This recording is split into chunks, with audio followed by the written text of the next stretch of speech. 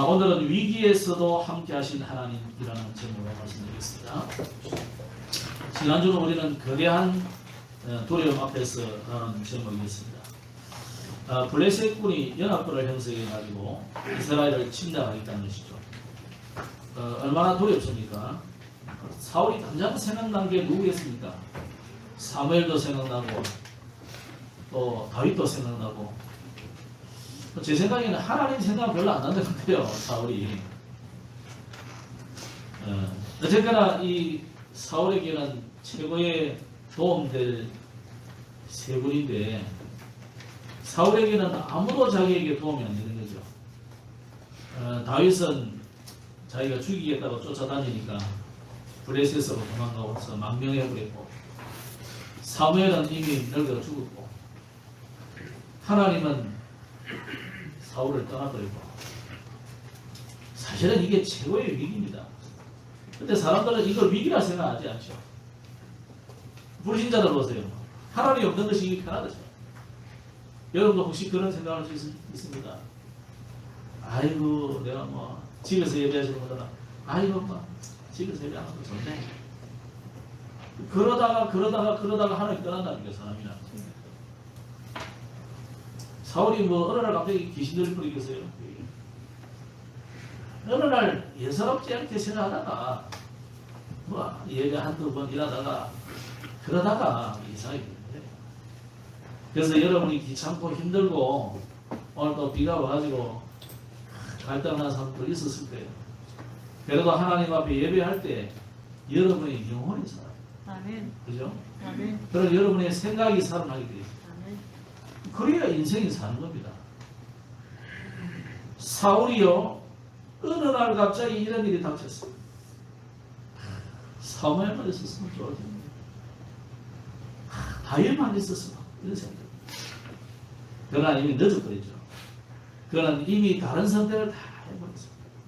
자, 여러분, 이때 우리가 어떤 선택을 합니까?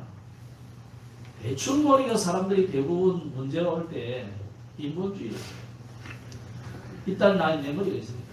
특히 머리 좋은 분일수록 인본주의를 얼마나 섬기고, 또 머리 나빠도 이런 거는 꼭 인본주의 있습니다. 그 나쁜 머리로 얼마나 돌리는지. 그럼 큰일 납니다. 자, 여러분이 문제 올 때마다 우리는 뭘 봐야 됩니까? 하나님의 뜻이 뭐냐? 질문하셔야 돼요. 많은 생각하지 말고 뭐라 그랬어요, 지난주? 하나님의 뜻을 질문하라고 하는 것은. 그죠? 사람에 대해서는 배려하지만은 우리는 하나님의 뜻이 뭐냐를 질문하는 것이 기도입니다. 그런데 보통 우리가 뭐 하느냐면, 이 뭐도 있어요. 이것저것 찾아서 사람도 아니고 고소해버리고. 여러분이 일단 하나님 앞에 나를 내려놓고 하나님 앞에 질문하세요. 두 번째로 주로 어떤 선택을 하느냐면 불건전한 신비주의를 선택해요. 불신자는 뭐 다르지만 보통 신자들은 불건전한 신비주의. 기도해야 돼. 그까지는 괜찮은데 금식하고 땡깡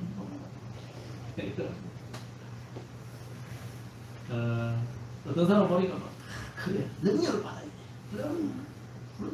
그러는데 어쨌거나 뭐 방언도 오고 뭐 그래 하긴 해요. 그 인생이 그렇게 훌륭한 인생이 되죠. 여러분, 우리는 불건전 신비주의로 가버리면 안 됩니다. 큰일 납니다.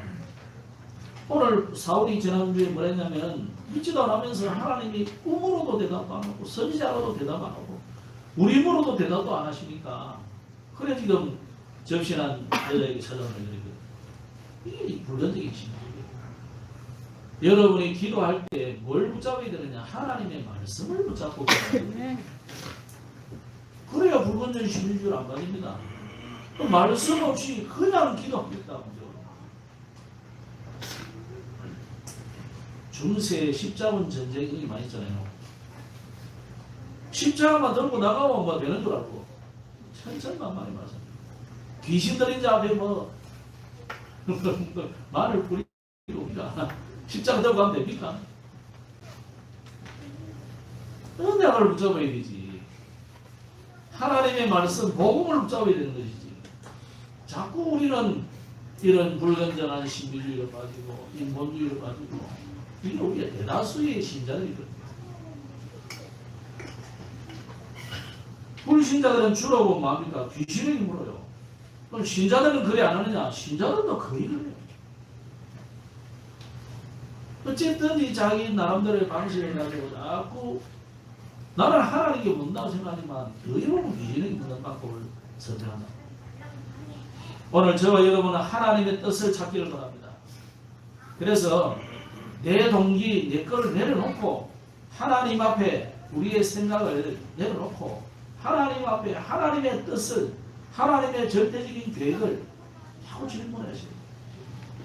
또 질문하고 또 질문하고 그래서 인도를 받아야 됩니다. 그러면요, 여러분이 인본주의를 써가지고 금방 만들어내는 것보다 하나님의 뜻과 계획을 따라가는 것은 늦은 것 같아도 그게 최첨단이에요. 근데 보통 우리는 임시로 급하게 막 해버리면 이게 당장 여러분의 마음을 후련하고 속을 편하고 좋다고. 그거는요 마약과 같은 거예요. 당장 급하니까 뭐 사람 만나고 막 이거 동원하고 저거 동원하고 인력 다 동원하잖아요. 준비해서. 그게 당장은 되는 것 같아도요 그게 많은 거죠. 오늘 저와 여러분이 하나님의 뜻을 찾기를 바랍니다. 이 사월을 가만히 보면요 굉장히 종교인이고 종교생활을 했습니다. 그래서 여러분이 종교생활을 버리고 올바른 신앙생활을 하기를 바랍니다. 신앙생활은 뭐라고 그랬습니까? 언약 따라가는 거예요. 신앙생활은 언약 따라가면서 성령인도 받는 것이 신앙생활이에요. 그 신앙생활은 당연하게 하나님 중심입니다. 죄송한데 저 퀴타를 껴주시기 바랍니다. 안 춥죠? 네. 오전에 우리 애들 죽을 거예요. 저한테는 치명적입니다. 자, 그래서 우리가 우리의 중심이 하나님 중심이고 하나님께 영광 돌리고 그래야 하나님 응답하시잖아요. 그런데 보통 보면 교회 다니면서도 종교생활 안 해요. 종교생활은 교회 오는 자체가 내 동기, 야망, 내가 행복하려고 합니다. 오늘 여러분 행복하려고 하면은 그게 맞는 듯 해도 이거 틀린 소리예요. 우리는 하나님께 영광 돌리고 하나님 중심으로 사셔요. 그런데 보통 보면 내가 인생 주인인데 내가 마음에 들고 내가 행복하고 내가 편하고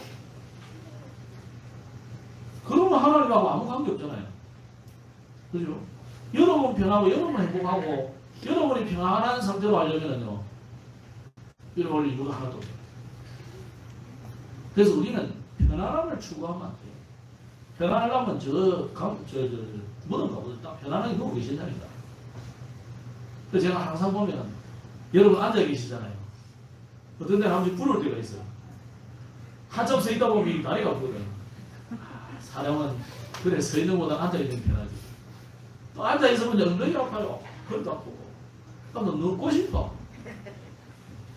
누우면 더 잠이 와. 그보다 제일 편하게 뭔지로 합니다. 죽는 게 제일 편해요. 그래서 우리가 한 일도 없이 가면 되겠습니까? 편안함을 추구하면 안 돼요. 그래서 지난주로 자다 보니까 내가 다큐멘터리는 99세, 100세 이래 사는 사람 김형석 씨 때문에 내가 보다 보니 계속 또 나오더라고요. 장수하는 사람들의 건강하게 장수하는 사람들의 특징 부지런하고 좀 작게 잡수고 많이 움직이고 특별히 운동하는 사람도 있지만 특히 제같이 조금 여러가나 행동이 느리고 이런 사람들은 이 오래 살 가능성이 좀 없어요. 위험한 그러다가 또 뭐 기분 나면 많이 못 버리지. 또 뭐 가끔 뭐 고기 이런 것도 그렇게 좋아하지 않으면서도 또 뭐 고기 보면 또 이런 거 먹거든. 운동 잘 안 하지. 술 안 마시면 오래 살아. 아, 그렇지. 그건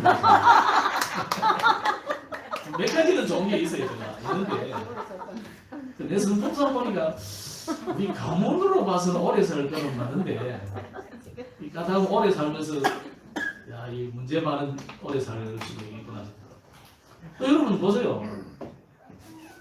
여러분 종교 생활은 여러분을 편안하게 하는 거예요. 종교 생활을 자꾸 그거예요. 사람은 그렇게 유혹한다니까. 그래, 네 마음이 편하고 네가 행복해야 되는 거야. 여기 속인다 사람이.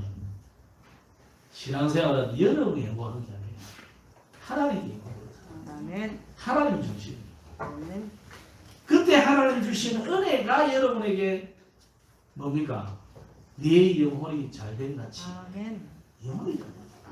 그럼 범사도 잘 되고 강건함도 오고.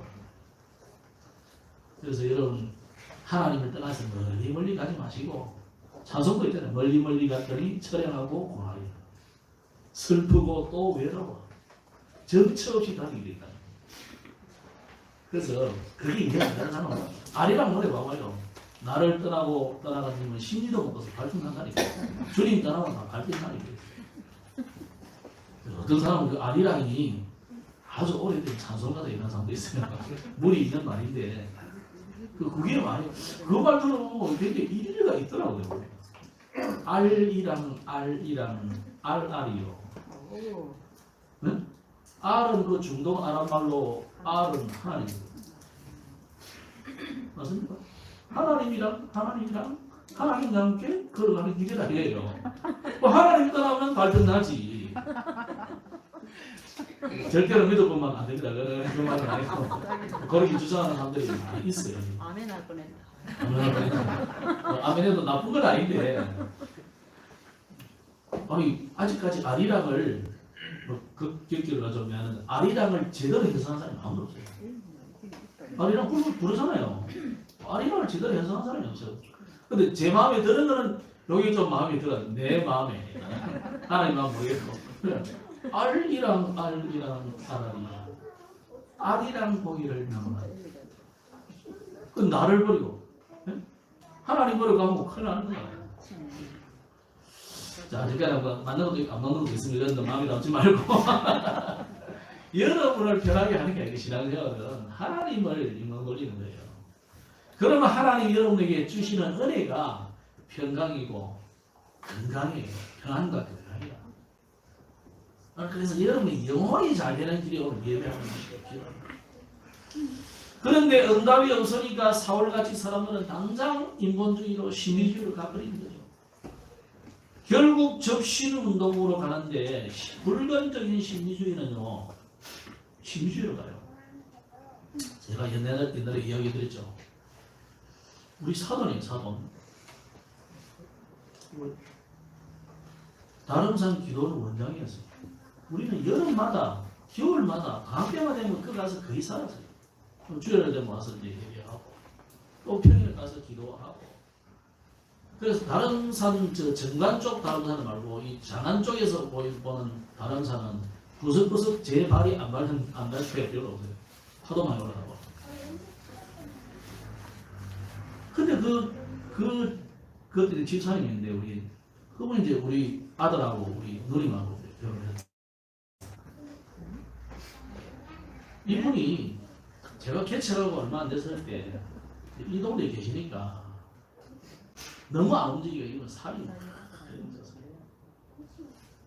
근데 이제 그 신방을 한 번씩 가고 또 인사도 해야 되니까 가서 이야기하고 거의 신앙생활 안 해. 그때 당시. 그래서 이제 우리가 가서 다시 해보고 복음 전하고 그렇게 신앙 좋고 남 병 고쳐주고 반수기 돼주면 반응하게 만들고 기적과 능력을 행하는 주의 종인데 왜 이상합니까? 살찌가지고 뭐 병나다 이게 문제가 아니고요. 뭐라 하냐면 자기가 한 번씩 환상으로 보면요. 자기 온몸을 구렁이가 팅팅 감고 있다는 거예요. 이거 좀 문제 대단한데. 그걸 이제 구원을 확인하고 구원받은 걸 확인하고 복음 전해주고 구원을 확인하고 싸우라. 저를 만나면 너무 좋아요. 그 사람이 늘 고백이 그랬다니까요. 그게 언제부터 그랬냐 하니까 원래 이분이 그 칠암교회의 교인이었는데 결혼하고 얼마 안 돼서 고난을 당하고 시집 살이니까 얼마나 힘들어요. 그러니까 너무 힘들고 그러니까 이제 그때부터 교회를 가서 막 기도하기 시작하는데 기도하는데 항상 그 사단이 이렇게 역사합니다.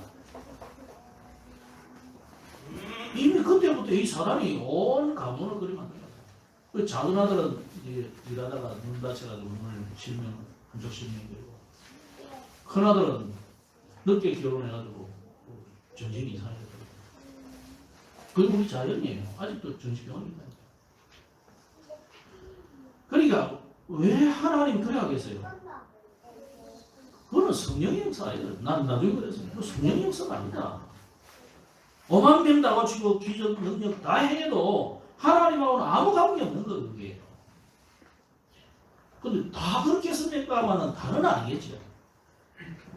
그런 사람이 많다는 거예요. 그래서 오늘 저와 여러분이 왜 말씀을 붙잡고 기도해야 하느냐. 응답 없기 때문에 자꾸만 극단적인 신비주의로 빠질 가능성이 굉장히 많아요. 왜? 응답 없으니까. 내라고 맨날 그러고 한 40일 금지고 하나님 얼마나 하나님 자녀인데 버려둘 수는 없잖아요. 죽게 놔둘 수는 없잖아요. 그러니까 응답 주는데 그걸 우리는 진짜 응답이라고 착각한다. 여러분 자녀가 막 땡깡 부리고 막 이래가지고 하는데 어쩔 수 없이 주는 거잖아요. 그걸 그 아이는 진짜 응답이라 생각하는데 근데 주는 아버지 엄마의 입장은 뭡니까? 진짜 응답 아니잖아요. 그거 어쩔 수 없이 주는 거지. 여러분 그래서 하나님이 정말 기뻐해서 주시는 응답과 어쩔 수 없이 받는 것을 착각하시면 안 돼요. 결국 신자라 할지라도 사람에게 속게 되고 만약에 교회 왔는데도 하나님의 자녀가 아닌 사람이 이런 극단적인 신비주의로 기도하다 보면요 접신하게 돼요. 그 하나님을 접신하고 괜찮은데 그걸 버리고 영접이라고 그러지만은요 불신자와 똑같이 귀신을 접신하게 된답니다. 우리 접신이라는 단어를 안 쓰잖아요. 그 귀신들입니다. 그래서 그 인생을 비참하게 살게 되는 경우들이 많습니다. 그래서 오늘 저와 여러분은 하나님의 손에 붙잡힌 인생이 되겠다. 모두 우리가 보면 자꾸 나를 붙잡고 있어요. 여러분이 여러분 자신을 붙잡으면 그 사단에 완전 밥이 되는 거예요. 오늘 하나님의 손에 붙잡힘이 되기를 주의 이름으로 축복합니다. 그래서 그때부터 우리는 이제 도전합니다. 하나님의 손에 붙잡힌 바 된 그때부터 도전하시는 거예요. 그 이전의 도전은 위험한 거예요. 그래서 여러분이 영적 서밋에 서라고 지난주 말씀드렸습니다. 그럼 오늘은 위기에서도 함께 하시는 하나님이라는 제목인데 자 오늘 다윗을 보면 계속 지금 지지난주부터 계속 다윗에게 응답이 없어요. 기도 응답이 없는 다윗. 자, 여러분에게 응답이 없다. 기도 응답이 없을 때 어떻게 해야 되겠습니까? 자, 응답이 없는 시간에도 귀중한 시간입니다. 무응답일 때, 나 왜 응답이 없을까? 그 무응답이 굉장히 귀한 시간이에요. 근데 보통 우리가 무응답의 시간을 자꾸 의미 없게 생각하고 이거는 망한 시간이라 생각하잖아요. 오늘 다윗이 이 무응답에 많은 시간들이 흘러가고 있습니다. 오히려 사울 왕에게 쫓기고 아기스한테 가가지고 참 빌부터가 사는데 참 초라하고 불쌍해 보입니까? 다윗이. 차라리 사울 왕 뒤에서 도망다니는 게 그게 나는 나은 것 같아. 이게 뭐예요 지금 남의 나라에 가가지고. 아마 다윗 혼자라면 이러지는 않을 거예요. 다윗이 이제 600명의 식솔이 있고 군사들이 있고 그에 따른 많은 식솔들이 있으니까 이 다윗이 아마 판단이 많이 흐려집니다. 여러분 우리가 이런 일이 있을 수 있습니다. 여러분에게 어쨌든지 응답이 없는 시간이 길 수 있어요. 그때 우리가 어떡합니까? 한두 번은 응답이 없다. 그거는 우리가 참을 수 있잖아요. 긴 세월 동안 응답이 없다. 이때 우리가요 자칫 안색을 하고 믿음이 무너질 경우가 있습니다. 오늘 우리가 여러분이 어떤 상황인지 저는 잘 모르겠지만은 뭐 실망도 하지 않으니까 오라 소리도 안 하고 그래서 모르겠는데 짐작만 하고 그러잖아요. 그러면 여러분이 어떤 상황이라 할지라도 여러분의 모든 삶에서 오늘 뭘 해야 되느냐? 정말 응답이 없는 여러분의 삶 속에서 오늘 정말 진짜로 붙잡아야 될 부분이 있습니다. 자, 신명기 8장에 보면 뭐 읽지 않겠습니다. 광야 40년 동안 이스라엘이 응답 없는 이유를 기록해놨어요. 뭐라고 했느냐면 이스라엘이 광야 40년 동안 응답이 없는 줄 알았는데 하나님 뭐라 하시냐면 너희들을 번성케 해서 열조에게 약속한 땅으로 들어가게 하기 위함이다.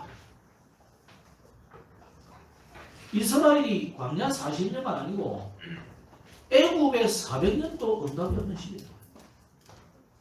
애굽 물론 뭐 요셉이 있는 동안은 응답이 있었지만 그걸 한 100년 가까이로 본다면 나머지 한 거의 300년 이상은 무응답의 시간이었어요.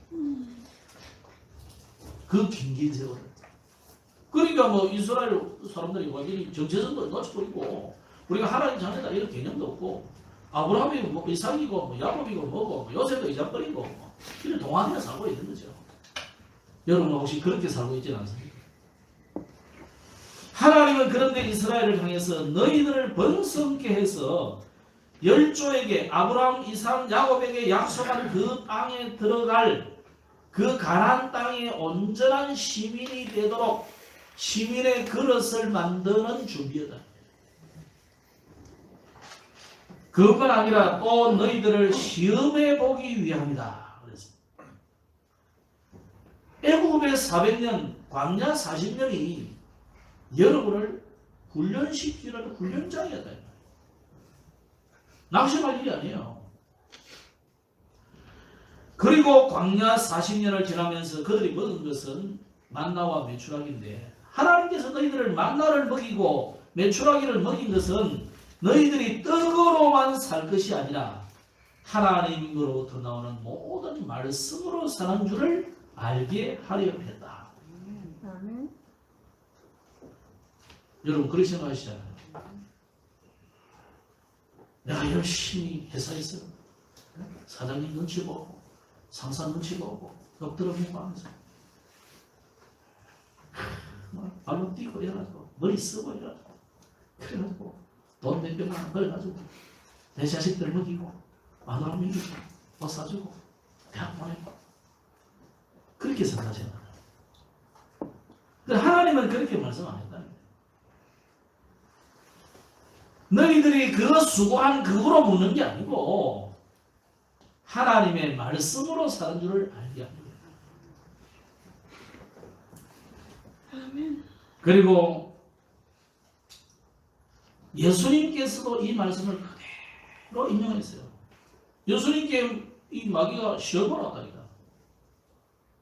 그래가지고 예수님 앞에 시험한 내용이 겁니다. 예수님 앞에 돌 그거 떡 비슷하게 생긴 거 하나 들어가가지고 이걸로 이 돌인데 떡 만들어 먹어라. 안 그래도 예수님 지금 배가 고픈데 40일을 굶어서 얼마나 배고파요. 떡 비슷하게 생긴 거 다 떡으로 보일 텐데 냄새만 좀 이상하게 나도 막 빵 냄새 날 텐데 그죠? 그 시험을 했다는 거예요. 예수님께. 그때 예수님이 하신 말씀입니다. 사람이 떡으로만 사는 것이 아니고 하나님의 말씀으로 산다. 오늘 저 여러분 분명히 붙잡아야 됩니다. 하나님이 왜 여러분에게 응답을 안 주시느냐? 왜 나는 기도해도 응답이 없느냐? 하소연하고 불평할 일이 아니고 하나님이 여러분을 훈련시키고 하나님이 여러분을 오히려 약속한 땅에 들어가게 하시려는 2, 3, 7 나라를 복음화하게 하는 그릇으로 만드는 중요한 훈련입니다. 그래서 우리는 하나님 말씀을 붙잡아야 됩니다. 그랬더니 하나님께서 광야 40년 동안 어마어마한 응답을 준비해놨습니다. 그래서 응답이 없는 게 아닙니다. 여러분이 혹 답답할 때 하나님의 말씀을 꼭 생각해야 됩니다. 그래서 우리가 응답이 없을 때에 나의 배경이 뭐냐 이걸 생각하셔야 됩니다. 그래서 성경에는 계속 성막, 회막, 또 장막 그걸 통해서 하나님께서 우리의 배경을 설명했거든요.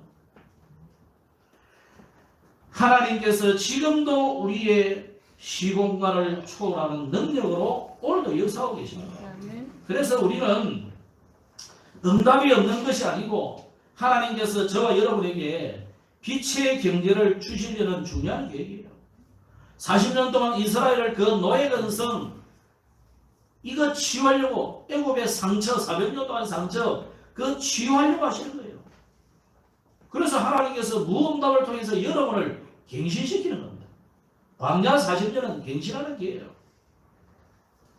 뿐만 아니라 결국은 앞으로 시대마다 일어날 문제가 뭐냐. 많은 문제가 지금 생길 것인데 그 문제 중에 문제가 정신적인 문제, 영적인 문제입니다. 이 후대의 제약을 막을 후대를 기원하는 것입니다.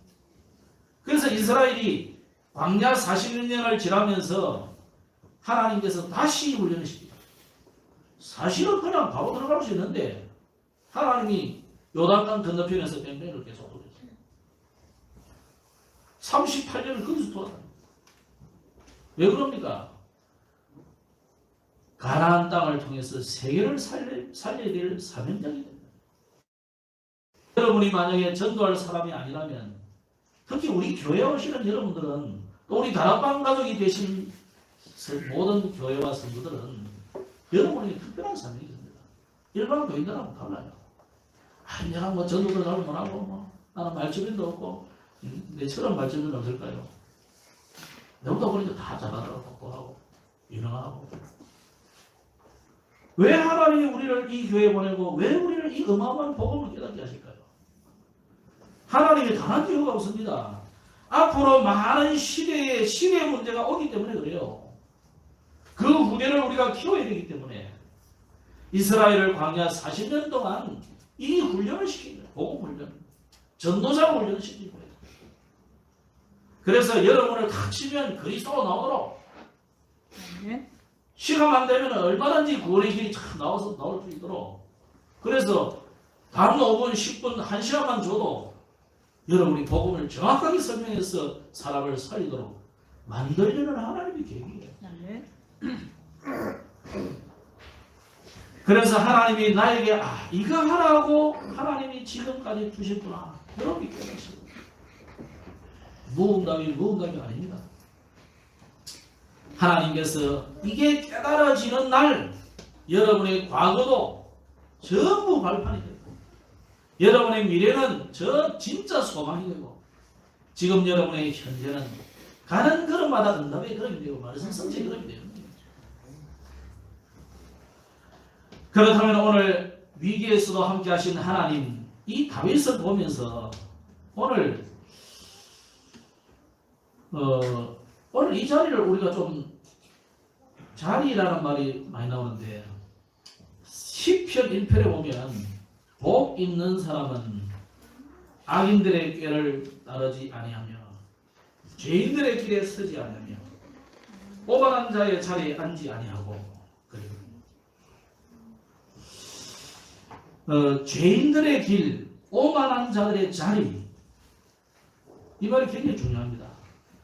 여러분이 있어야 될 자리가 아니죠. 오늘 여러분 28장, 29장, 30장까지를 쭉 보면서 무슨 생각이 듭니까? 과연 이 자리가 다윗이 있어야 될 자리였는가? 이걸 나에게 말한다면 여러분이 서야 될 자리가 있죠. 안 서야 될 자리도 있어요. 제가 신학교를 갈 때는 이제 그 교회가 아닌데 신학교를 가려고 이렇게 하고 준비하고 있으니까 그 교회에서는 제가 있던 교회에서는 목사님이 나를 전도사로나 지휘자로 이렇게 쓰지 않았어요. 그래서 한편으로는 좀 섭섭하더라고. 근데 이제 우리 같이 있었던 집사님 같은 울 안에 이제 집이 여러 채가 있어요. 근데 좀 그 사업에 실패하고 있던 그분이 이제 우유 배달한다고 우리 경내 집에 있었는데 그분이 저를 이제 몇 개월 안 있었죠. 몇 개월을 보시더라고요. 그분이 이제 자기 목사님께 이야기한 거예요. 저 신학생은 아니고 지망생인데 아버지가 얼마 전에 돌아가시고 뭐 사업도 형이 실패해가지고 뭐 병원을 가고 있고 이제 이런 있는데 좀 도와주면 좋지 않겠나. 이분이 아마 그 교회 실세였던가 보네. 가보니까 완전 실세였다. 젊은 집사인데 장로님도 여러 분 계신데 막 이분이 막 말발이 엄청 세. 그러니까 이분 이제 그렇게 이야기하니까 또 목사님도 좀 좋으신 분이에요. 그래요. 우리 뭐 전사로 모십시다. 전사. 근데 또 이제 이분이 또 하나 또 이야기했어요. 근데 그 전도사 사례는 못 산다는 거예요. 어떻게 사례 혼자 어머니를 모셔야 되는데 그럼 어떻게 할 거예요? 자기가 또 이야기했어요. 우리 사찰이 없으니까 교회가 전부 커요. 한 몇백 평 되고 교회당도 있고 사찰이 없으니까 어머니는 사찰을 쓰고 아들은 이렇게 전사를 쓰고 괜찮습니다. 그래서 목사님은 하시고 그래가 제가 처음으로 이제 교회를 갔어요. 가서 3월 달에 신학교 갔는데 5월 달에 전도사였다. 그것도 20살 날 20살 된 5월 달에 저쪽 철이 있었겠어요, 제가? 아무 철 없고 능력 없는데 전도하고 있어요. 그런데 그 교회에 딱 가보니까 그 전부터 내가 아는 그 학생이 있는데 같은 신학교를 왔어요. 내 말고 신학생이 있었어. 근데 이제 이 친구가 계속 그 목사님께 왜 나는 안 쓰냐 이래요. 어떻게 잘해요. 그러니 그러더니 계속 풀어더니 결국 마음에 막 시험이 들었는지 낙심이 되는지 막 아니 저를 늘 이렇게 견제를 하시더라고요. 저는 뭐 원래 눈치가 잘 없으니까 눈치 잘 못 보는 것도 참 좋아요. 때로 난 별로 모르니까 뭐 그런 말든지. 아 신학교 가면 이게 참 그래요. 나는 정서가 지금 똑같은 신학교 1학년인데 지는 청년이고 나는 학생이고 나는 전도사고 또 같이 이제 버스 타고 일어나면 말 키가 8대상 같은 이상용 장로님보다 더 큰 김해고등학교 출신 학기부 주장이 그 가야의 그 무슨 대학이죠? 그 대학에 학기부로 가서 옛날에는 버스가 작았어요. 그래가지고 너무 키 큰 사람은 얼마나 힘든지 몰라.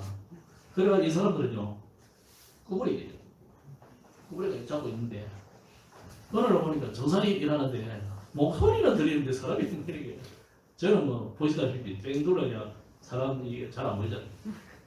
얼굴이 안 보이니까 말소리 들리는데 보니까 이 친구가요 그 여름에 이 환기 뚜껑 있잖아요. 이렇게 옛날에 에어컨은 없었잖아요. 그러니까 그걸 탁 열고 끓여버리는데 그런 재미들이 있었어요. 근데 이 친구가 늘 그 친구 말고 이제 신학교 같이 다니는 친구가 늘 그 나를 이렇게 견제하고 참 사람이라는 건 그래요. 그럴 필요 없는데 자기도 성실히 하나님 앞에 서 있으면 하나님 언젠가 쓸 건데 그러나 결국은요 내가 이제 길천에 목회하다 보니까 시장에 갔더니 시장에 장사를 하고 있는 게 이 친구가 우리 집 사람들 얼굴 보고 가고 그랬는데 뭐 별거 아니지만 여러분이 있어야 될 자리, 없어야 될 자리를 잘 구분해야 돼요. 내가 꼭 정상화하고 싶다면 그런 건 아니에요. 하나님 하게 하시면 하는 거지. 내가 또 이게 정상을 꼭 해야 되느냐 안 해야 되느냐 저는 무슨 관심 없었어요. 그냥 하나님 앞에 내가 서서 하나님 일을 하는 거죠. 그럼 하나님이 알아서 필요한 대로 쓰시는데 뭐 그런 사람이 있어요. 자 오늘 다윗을 보면 여러분이 무슨 생각이 듭니까? 오늘 있어서는 안 될 자리에 섰다는 것을 느낍니다. 다윗이 사울 왕에게 쫓기다 못해가지고 이제는 적국인 블레셋에 들어갔는데 이 아기스가 굉장히 그릇이 큰 사람이야. 전에도 한번 봐줬잖아요, 그죠? 죽일 수 있는데 이거는 아예 정치적인 망명을 하니까 받아준 거예요. 근데 뭐 자기 나라에서만 있을 때는 괜찮은데 이제 연합국을 형성해가지고 군을 형성해가지고 이스라엘을 치러 가는데 이제 문제가 되는 거죠. 그러면 틀림없이 다윗은 자기 동족을 안 칠 거야. 얼마나 충성들은 서른 그 사울의 신하였는데. 그러면 이제 다른 사람들이 지금 다윗적으로 가시가 많이 나. 그래서 다윗을 다시 돌려보내는 그런 사건인데, 어쨌거나 오늘 여러분이 볼 때에 우리가 어떤 자리에 서 있어야 되느냐, 저는 한번 그런 생각을 해봅니다. 내가 목사한테 있어야 될 자리가 있고 없어야 될 자리가 있잖아요. 그죠? 여러분이 하나님의 자녀고 성도인데 있어야 될 자리, 없어야 될 자리, 구분해 하셔야 돼요. 그걸 눈치도 없이 아무데나 앉아 있으면 그건 안 되거든요. 오늘 다윗이 그랬단 말이죠. 그 죄인들의 자리, 오만한 자들의 자리, 악인들의 자리, 거기에 앉아가지고 밥을 얻어먹고 있고 목숨을 구걸하고 있다는 것은 이상한 거예요. 여러분들이 여러분의 자녀들을 정체성을 분명히 하게 하셔야 돼요. 여러분의 자녀들이 이 자칫하면 무응답과 이런 환난이, 고난이 계속되다 보면 이걸 놓쳐버립니다. 어떻게 보면 아기스 밑에 조용히 있는 것이 편하고 좋을 수도 있습니다. 그런데 진짜 하나님의 자녀는 하나님의 백성들과 함께 고난당하는 것이 맞는 거잖아요. 복음 때문에 우리가 고난당하고 복음 때문에 우리가 어려움을 당하는 것, 그게 맞는 것이지. 내가 편안하게 내가 내 목숨을 좀 그런다면 안 돼요. 물론 다윗의 좋은 점은 있습니다. 600명이나 되는 그 식솔들을, 군사들을 거느리고 다니기 어려우니까 이럴 수 있지만, 자, 그 결과가 결국은 이렇게 되거든요. 자, 이때 대수롭지 않게 자긴 여긴 이 작은 일들이 올무가 될 수 있는 거예요. 자, 여기에서 아기스는 다윗을 참전시킬 때에 좀 정치적인 목적이 있습니다. 블레셋의 이 군사력을 보강할 수 있잖아요. 다윗이 얼마나 훌륭한 장수인 줄 알지 않습니까? 그리고 다윗이 여기에 나오다는 것은 이스라엘의 군기가 확 꺾일 수 있죠. 거기다가 이제 이스라엘과 원수가 되게 함으로써 다윗을 완전히 다윗을 내 편으로 이제 만들 수 있는 기회가 됩니다. 이제 뭐 전쟁으로 나갔다 이러면 다윗이 나갔다 이러면 그때부터 어디 됩니까? 이스라엘이 전 이스라엘이 이를 받아보도록 하겠죠. 이제는 진짜 블레셋보다 더 나쁜 놈이야 이럴 것 아닙니까? 이 아기스가 그런 마음들을 생각하고 지금 데리고 가는 거죠. 정말로 그때 다윗이 이스라엘을 죽이고 동족을 죽였다면, 전쟁에서 이겼다면 이제는 피할 수 없는 그런 일들이 원수가 됩니다. 자, 이토록 다윗에게 위기가 찾아왔는데 오늘 제목이 뭐였습니까? 위기에서도 함께 하시는 하나님이거든요. 여러분도 이런 상황을 만날 수 있고, 이런 상황 배후에는 반드시 사단이 이렇게 우리의 생각과 판단을 흐리게 만들 수 있습니다. 그래서 사단은 우리에게 분노, 두려움, 미움, 섭섭함, 원망, 이런 상한 마음을 가지고 우리를 그런 식으로 끌고 갈 수 있어요.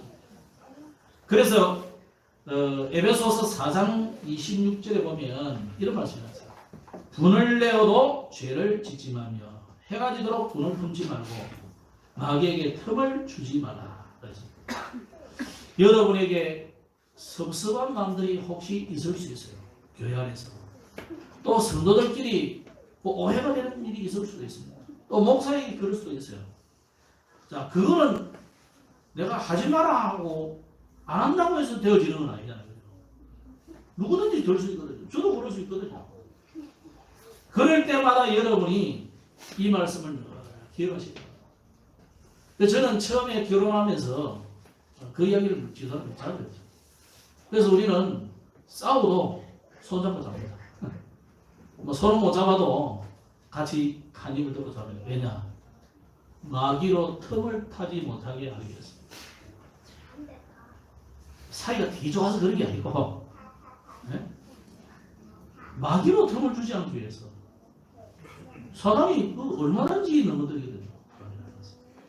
또 그러다 보면 뭐 같이 자다 보면 뭐 엎치락뒤치락 하다가 또 뭐 사남자 사라지고 또 새롭게 우리 집 사람은 굉장히 또 단순합니다. 그 다음 날에는 하하하 이래 하기 때문에 얼마나 감사한 몰라요. 나는 좀 꽁하고 있거든. 안 그렇죠 해도 꽁하고 있네. 하하하 이래 자꾸 한번 짚으려면 막 바로 그냥 천국이 돼요. 감사합니다. 그게 마귀로 틈을 타지 않게 하는 거예요. 그죠? 여러분이 자꾸 마귀로 틈을 자꾸 우리 주거든. 또 섭섭한 마음을 갖다가 막 네? 이걸 막 특히 시월드 이런 분들 여성분들은 조심하셔야 돼요.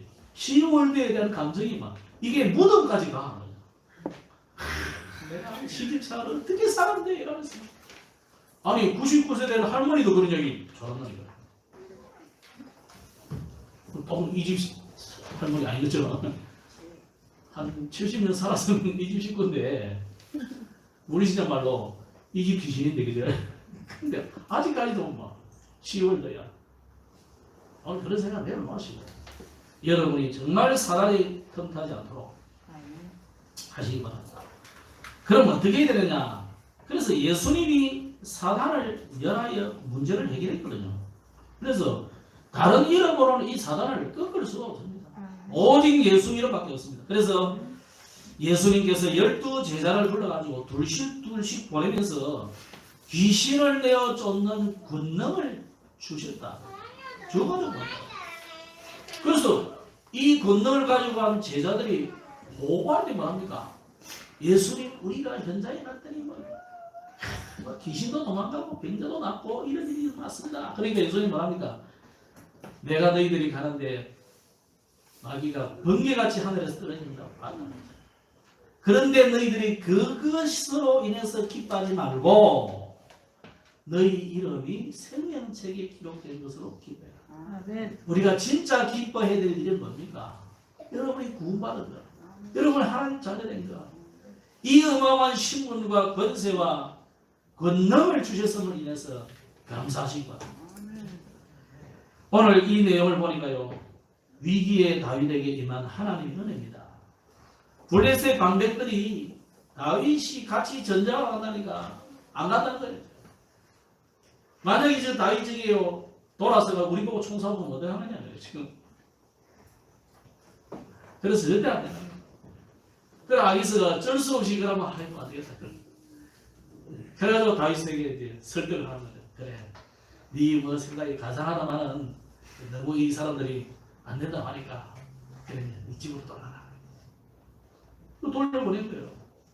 자, 여러분 어떻습니까? 여러분이 믿음을 보이고 여러분이 정말 하나님 안에 있으면 어떤 위기의 자리, 어떤 상황에 있어도 다윗이 있어서는 안 될 자리잖아요. 하나님은 여러분을 보호하시고 인도하시고 믿으시기 바랍니다. 저는 그걸 너무 많이 합니다.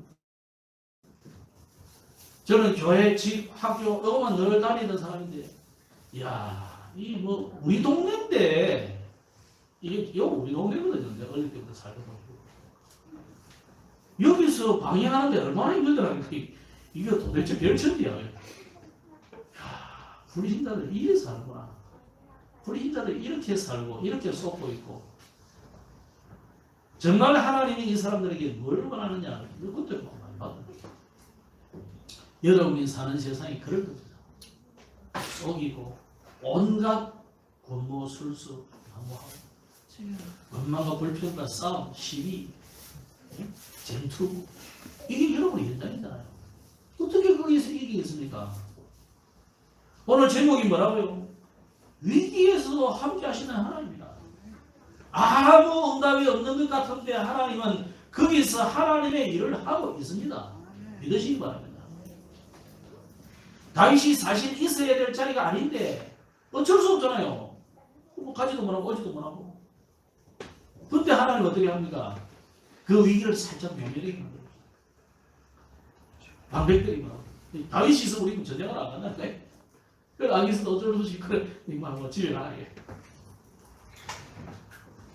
하나님이 이렇게 우리를 언약 안에만 있으면 여러분이 하나님 자녀라는 것 때문에 이렇게 저렇게 인도하시게 되어 있어요. 아멘. 그래서 아기스는 다윗을 설득해서 지금 돌아오게 됐는데 오늘 이 응답을 여러분이 받기를 바랍니다. 오늘 부활절이기 때문에 오늘 우리가 붙잡아야 될 부분이 뭐냐? 위기 가운데서도 하나님이 함께 하시는 이것을 다윗이 증거를 붙잡았어요. 그럼 오늘 부활절이기 때문에 우리는 무슨 증거를 붙잡아야 되겠습니까? 부활의 증거를 붙잡아야 되겠죠. 바울 사도가 사도행전 17장에 보면은 그리스도께서 죽으시고 부활하셔야 될 당위성을 설명하셨어요. 당위성. 그리스도가 당연히 죽어야 되고 그리스도라면 당연히 부활해야 돼요. 이 증거를 여러분이 붙잡으셔야 돼요. 아멘. 그래서 이 세상의 지상 최대의 사건이 뭡니까? 아무 죄 없는 예수님이 십자가에 처형당한 거잖아요. 왜 아무 죄 없는 예수님이 처형당이 됩니까? 이삭은 아버지가 나를 죽이겠다고 지금 죽이는데 아니 내가 아무 죄 없는 나를 왜 죽일까? 이삭이 죽어야 되는 이유가 있습니까? 없습니까? 이래 죽으나 저래 죽으나 이삭은 죽어야 돼요. 왜요? 모든 사람이 죄를 범했기 때문에 그 모든 사람의 범주에 속합니다. 예수님은 어떤 분입니까?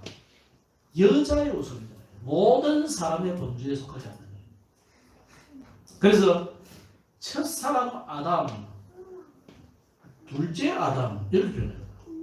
예수님을 둘째 아담이라고 표현해요. 이 말은 무슨 말이냐? 첫사람 아담에게 그 부정 모열이 포함되지 않는 하나님이 보내신 아담과 같은 존재다. 그래서 여러분은 첫사람 아담으로 인해서 태어났지만 우리의 새로운 생명은 둘째 아담으로부터 주어진 생명이다. 이해가 됩니까? 그 생명을 주시기 위해서 죄 없는 그분이 우리의 죄를 대신해서 십자가에 처형을 당합니다.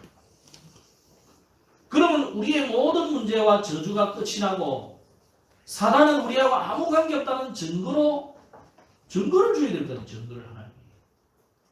아니 소크라테스도 죽고 공자도 죽고 뭐 스카브리도 죽었는데 다 죽었잖아요. 물론 자기들은 자기들의 죄로 인해서 죽었지만 어쨌거나 죽었잖아요. 그런데 그분들하고 예수님하고 다른 점이 뭐예요? 그분들의 무덤과 살인은 그대로 남아있어요. 보관했다 해놨다. 그런데 예수님은 무덤이 빈무덤이라.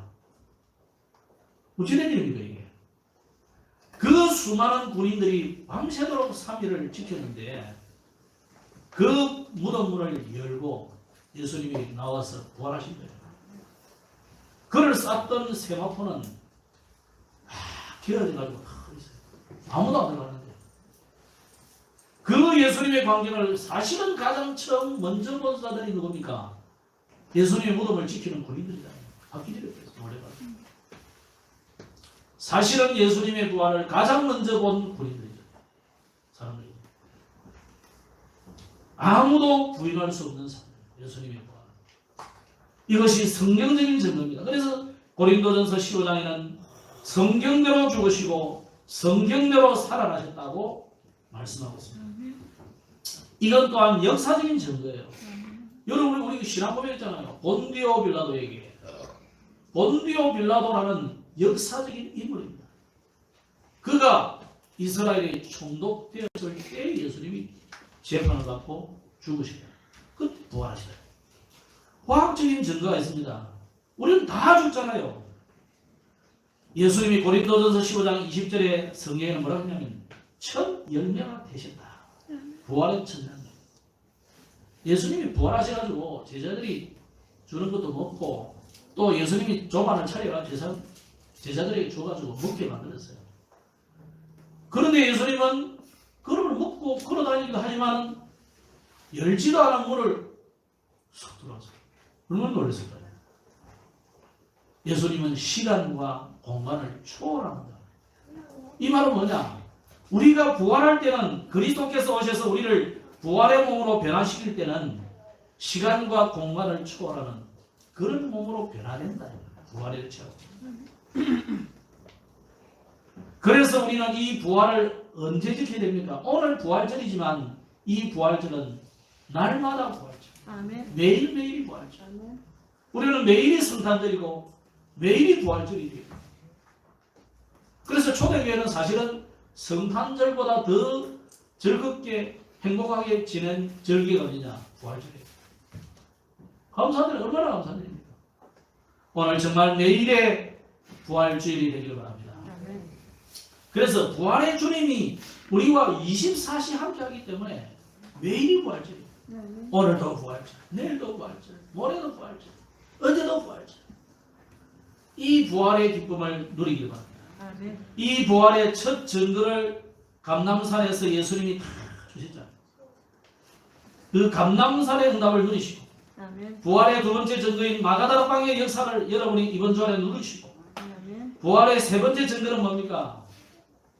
사도행전 17장에 바울이 회당에서 저자에서 서원에서 증거한 것처럼 현장의 증인으로 서시기를 주의 이름으로 축복합니다. 아멘. 그래서 우리의 후대들에게 이것을 전달하는 전도자로 쓰시기를 주의 이름으로 축복합니다. 아멘. 말씀 읽겠습니다. 어제 핵심 메시지에 이런 말씀을 들었습니다. 저는 이 아기스라는 사람이 참 멋있는 사람이다.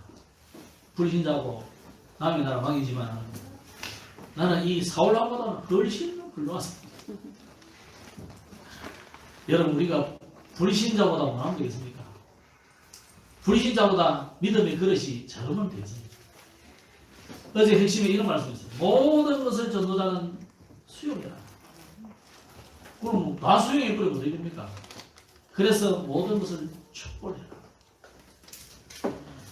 사람들은 전부 각기 자기 생각 가지고 있잖아요. 아기스도 자기 생각 있잖아요.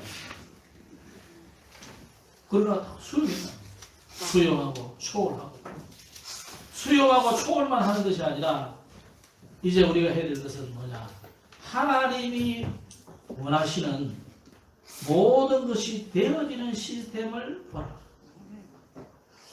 즉 우리 교회가 이 지역 복음화를 위해서 선지 25년이 됐는데 사실 우리가 다락방 처음 메시지를 듣고 훈련받고 그럴 때는 참 교회 금방 크게 될 줄 알았어요. 크게는 안 되고 제 그릇이 작은지 공부하기 모르는데 자 우리가 크고 작고가 문제가 아니고 지금 우리가 해야 될 것이 뭐냐?